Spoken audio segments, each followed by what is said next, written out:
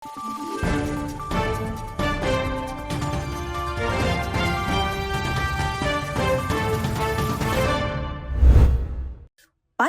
MSMEs mula sa Bicol Region ang nakatanggap ng karagdagang puhunan mula sa tanggapan sa ilalim ng Magnegosyo Taday Program. Isa na rito ang 33 years old na si Rafael Orbase mula sa Legazpi City sa Albay.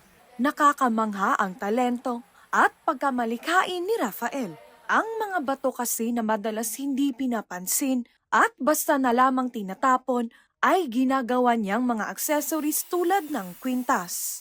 At nitong Setyembre lamang, personal na binisita ni Vice President Inday Sara Duterte si Rafael upang silipin ang kanyang mga gawang accessories. Ipinakita rin ng ating kababayan ang mabusisi na proseso sa paggawa ng accessories. Matapos makipagkwentuhan ay bumili na rin ng mga accessories si Inday Sara. Like sa OVP po, yung Magnegosyo Taday, nakabili po ako ng tatlong machine po na nakatulong sa akin mag-speed up yung production po. Ang Magnegosyo Taday ay isa sa mga flagship program ng OVP sa ilalim ng pamumuno ni Vice President Inday Sara Duterte. Isa ito sa maraming programa na sinimulan ni Inday Sara noong siya ay alkalde pa lamang sa lungsod ng Davao. Pangunahing layunin nito na maalalayan ang mga Pilipinong nais maging produktibo at magkaroon ng sariling hanap buhay.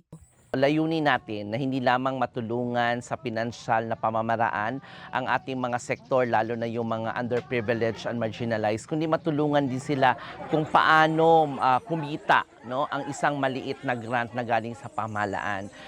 Lalo na ito ay mapagtibay din nila ang kanilang samahan bilang sektor at dito din is malilinang din ang kanilang kakayahan sa mga iba't ibang ginagawa nila, lalo na yung mga produkto na galing mismo sa kanilang komunidad.